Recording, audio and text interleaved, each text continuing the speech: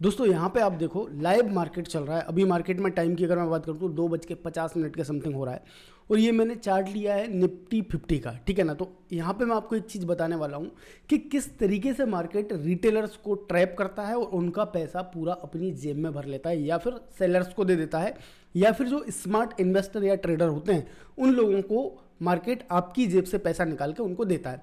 जो भी लोग, मतलब मैं अभी बात करूं यहाँ पे तो मैं 70% रिटेलर को की बात करूंगा। किनकी? 70% रिटेलरों की। क्यों? क्योंकि 70% रिटेलर जो होते हैं ना वो मार्केट में बहुत कुछ सीख चुके होते हैं। वो ट्रेंड लाइन ड्रॉ करना सीख चुके होते हैं, वो प्राइस एक्शन सीख चुके होते हैं, वो मतलब बहुत तरीके की चीज़ें सीख चुके होते हैं और वो अपने आप को बहुत स्मार्ट समझने लगते हैं। देन उसके बाद वो क्या करते हैं, मार्केट में ट्रेडिंग करते हैं। और बट मार्केट क्या है कि मार्केट उन स्मार्ट लोगों से भी ज़्यादा स्मार्ट है, इसलिए वो क्या करता है कि वो उनको ट्रैप करता है। किस तरीके से ट्रैप करता है यहाँ पे आप देख लीजिए। यहाँ पे आपको दिख रहा होगा कि ये 15 मिनट की टाइम फ्रेम है निफ्टी 50 की। यहाँ पे आप इस जगह से देखो 1 2 3 4 5 6, मतलब 6 7 टाइम में, मतलब यहाँ से अगर मैं बात करूँ तो ये जो डेट है ये 17 फरवरी की है, मंडे का दिन है। और 17 फरवरी से यहाँ अगर मैं बात करूँ तो 19 फरवरी का अभी 2:15 की कैंडल में यहाँ पे ब्रेकआउट हुआ प्रॉपर तरीके से, ठीक है ना। तो स्मार्ट लोग क्या करते हैं कि जब इतनी बड़ी कैंडल में ब्रेकआउट होता है, यहाँ से आप देख सकते हो कि यहाँ से इतनी बड़ी कैंडल में ब्रेकआउट होता है, तो वो क्या करते हैं, जनरली ट्रेड अवॉइड कर देते हैं। वो लोग वेट करते हैं कि रीटेस्टिंग अगर होगी तो हमको क्या होगा कि डबल कन्फर्मेशन हो जाएगा और यहाँ से हम ट्रेड बना लेंगे। तो यहाँ पे क्या हुआ है कि मार्केट ने यहाँ पे क्लोजिंग भी दे दी एंड प्रॉपर तरीके से मार्केट ऊपर गया, रीटेस्ट किया। रीटेस्ट करने के बाद आपकी पूरी की पूरी एंट्री करा दी। एंट्री कराने के बाद आपके सारे एसएल वगैरह सब कुछ उड़ा दिए हैं यहाँ पे, ठीक है ना।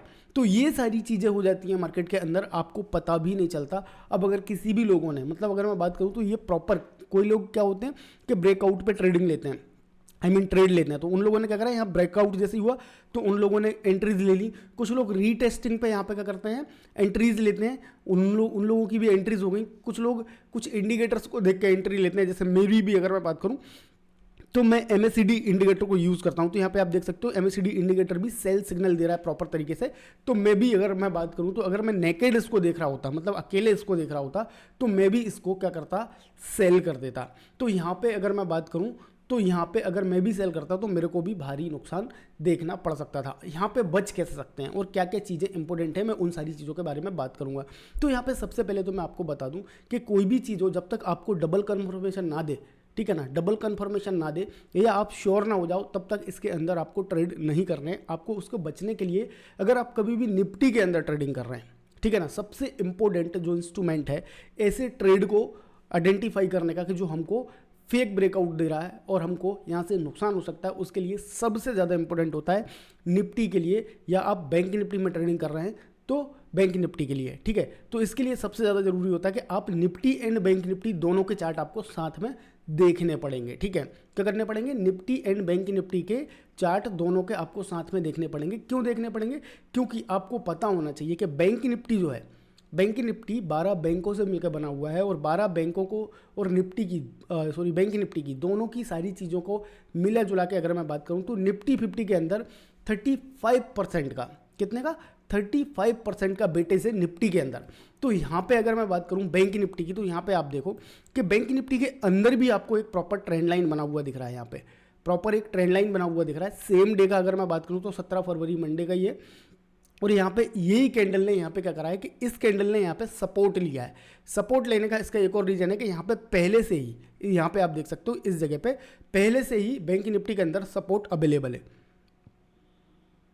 क्या है, सपोर्ट अवेलेबल है। यहाँ पे स्ट्रॉन्ग सपोर्ट आपको दिख रहा है कि मल्टीपल टाइम बैंक निफ्टी ने इस पॉइंट पे सपोर्ट लिया है और इसी पॉइंट पे आपको क्या दिख रहा है कि यहाँ पे ट्रेंड लाइन का भी बैंक निफ्टी सपोर्ट ले रहा है। तो ये बहुत इंपॉर्टेंट हो जाता है कि आपको ये देखना कि बैंक निफ्टी ब्रेकआउट दे रहा है या नहीं दे रहा है। अगर बैंक निफ्टी ब्रेकआउट नहीं देगा तो आपका निफ्टी भी किसी भी कंडीशन में ब्रेकआउट देने वाला नहीं है। ब्रेकआउट दिया है तो जस्ट आपको ट्रैप करने के लिए ये ब्रेकआउट दिया गया है कि आप यहाँ पे पोजिशंस बनाओ और आपके एसएल सारे हिट हो जाएं। तो ये चीज़ आपको खास ध्यान रखनी है कि बैंक निफ्टी में आप जब ट्रेडिंग करेंगे तो आपको निफ्टी का चार्ट भी देखना है और निफ्टी के अंदर ट्रेडिंग करेंगे तो आपको बैंक निफ्टी का चार्ट भी देखना है। विदाउट दोनों के चार्ट के आप नहीं देख सकते। आप किसी के अंदर भी ट्रेडिंग कर रहा हूँ, जैसे मैं स्पेशली अगर मैं बात करूँ तो मैं निफ्टी के अंदर ट्रेड करता हूँ, ठीक है। किसके अंदर ट्रेड करता हूँ? निफ्टी के अंदर ट्रेड करता हूँ। बट मैं साथ के साथ एक, भले ही चाहे मैं 15 मिनट का, वैसे मेनली मैं फॉलो करता हूँ बैंक निफ्टी का 15 मिनट का टाइम फ्रेम का चार्ट मैं फॉलो करता हूँ कि भाई 15 मिनट के चार्ट पे मुझे बैंक निफ्टी का चार्ट भी देखना होता है। तो मैं बैंक निफ्टी का चार्ट भी साथ में देखता हूँ। अगर मैंने बैंक निफ्टी का चार्ट नहीं देखा होता तो यहाँ पे मुझे लॉस हो सकता था। यहाँ पे अगर मैं देखूँ तो 5 मिनट के टाइम फ्रेम पे भी कितना बढ़िया तरीके से, अगर आप बहुत अच्छे तरीके से भी प्राइस एक्शन वगैरह या सारी चीज़ें अगर फॉलो करते हैं तो सबको पता है कि एंट्री अगर हमको लेनी है निफ्टी के अंदर या बैंक निफ्टी के अंदर एंट्रीज हमको लेनी है तो हम 5 मिनट के टाइम फ्रेम पे ही लेते हैं, क्योंकि 15 मिनट का टाइम फ्रेम काफ़ी देर में आपको एंट्री देता है। क्यों? क्योंकि यहाँ से अगर एक कैंडल बनी है तो देखो ये प्रॉपर तरीके से इसके नीचे क्लोजिंग भी मिल गई है यहाँ पे पहली कैंडल में। अगर मैं रीटेस्टिंग का वेट करता तो रीटेस्टिंग के लिए भी मेरे को ये बीच में आपको अगर यहाँ पे दिख रही होगी, इस जगह पे आप देख सकते हो बीच में आपको एक पिन बार कैंडल भी मिल गई है, इसकी भी क्लोजिंग प्रॉपर मिल गई है। ये रिजेक्शन भी हो गया है कि इन सेलर्स ने यहाँ पे, जो भी सेलर्स थे यहाँ से पुश किया है मार्केट को और रिजेक्शन आपको दे दिया है।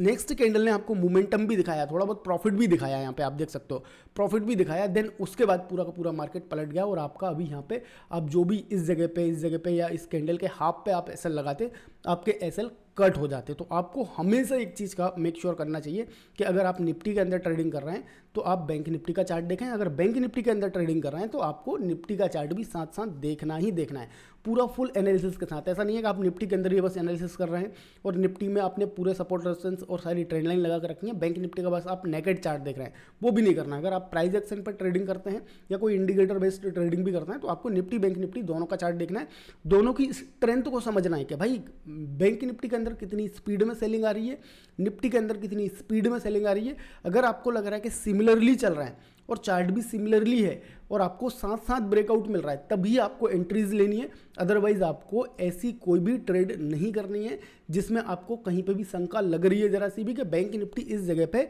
डैम श्योर सपोर्ट लेगा ही लेगा। यहाँ पे आपको लेना जरूरी था क्योंकि इसके पास डबल सपोर्ट था, निफ्टी के अंदर नहीं था उतना। अगर मैं 15 मिनट के चार्ट के अंदर जाके आपको दिखाता हूँ तो निफ्टी के अंदर यहाँ पे कोई भी सपोर्ट नहीं था, प्रीवियस कोई भी इस पॉइंट पे स्विंग नहीं था, यहाँ पे क्लोजिंग मिलने वाली थी। इस पॉइंट पे आप देख सकते हो उतना प्रॉपर कोई भी एक स्ट्रॉन्ग सपोर्ट नहीं था, तो इसने 5 मिनट के मतलब 15 मिनट के कैंडल में सीधा निकाल दिया।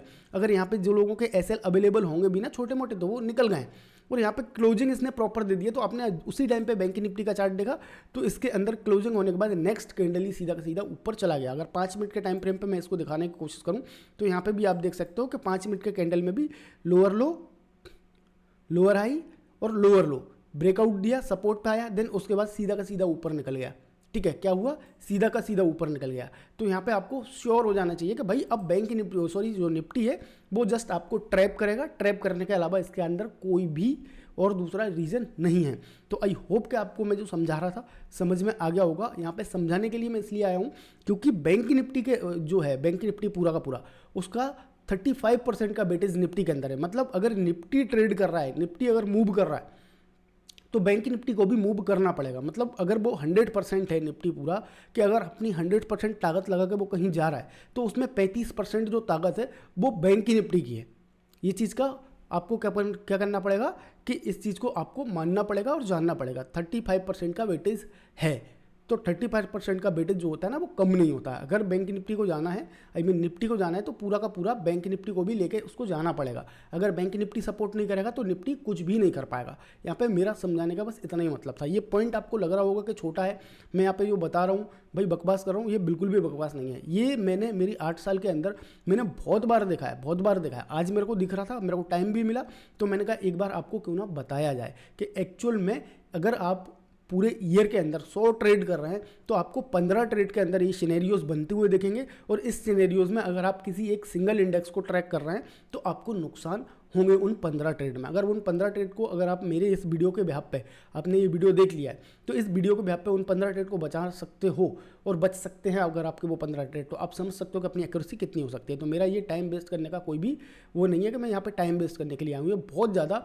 इंपॉर्टेंट टॉपिक था, ठीक है ना। तो आई होप कि आपको ये समझ में आ गया होगा मैं क्या समझाना चाह रहा था। आप अगर समझ गए तो आगे से आप अपनी ट्रेडिंग में इस चीज़ को जरूर से जरूर इंप्लीमेंट करें। आई होप कि सारी चीज़ें सही होंगी। अगर वीडियो अच्छा लगा है तो चैनल को सब्सक्राइब करना और वीडियो को लाइक करना बिल्कुल भी मत भूलना। मैं मिलता हूँ इसी किसी वीडियो में, तब तक के लिए थैंक्स फॉर वॉचिंग।